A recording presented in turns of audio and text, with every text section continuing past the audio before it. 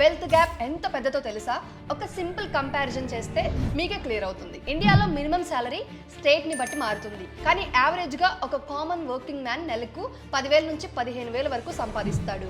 అంటే yearly income సుమారుగా 1.2 to 1.8 lakhs. ఇది బేసిక్ లివింగ్ కోసం వచ్చే రెగ్యులర్ ఇన్కమ్. ఇప్పుడు మరోవైపు చూస్తే ముఖేష్ అంబానీ నెట్వర్త్ 2025 సమయానికి సుమారుగా 9 నుంచి 10 లక్షల కోట్ల రేంజ్ లో ఉంది.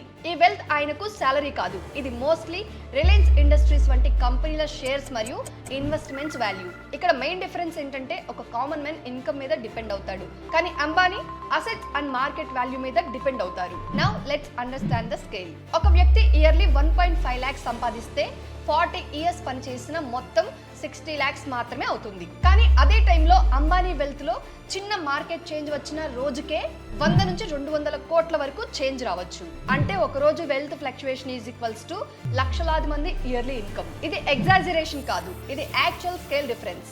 ఫైనల్ పాయింట్ ఏంటంటే ఇది వెల్త్ వర్సెస్ ఇన్కమ్ గ్యాప్. ఒకవైపు డైలీ వేజెస్, మంత్లీ సాలరీతో జీవించే కోట్ల మంది, మరోవైపు మార్కెట్ మూవ్మెంట్స్ తో వేల కోట్ల వెల్త్ చేంజ్ అయ్యే వ్యక్తులు. ఇదే ఇండియాలో ఉన్న real wealth gap. So information వచ్చితే ఒక లైక్ చేయండి, షేర్ చేయండి. ఇలాంటి మరిన్ని ఇంట్రెస్టింగ్ అప్డేట్స్ కోసం ఈ ఛానల్ ని సబ్స్క్రైబ్ చేసుకోండి.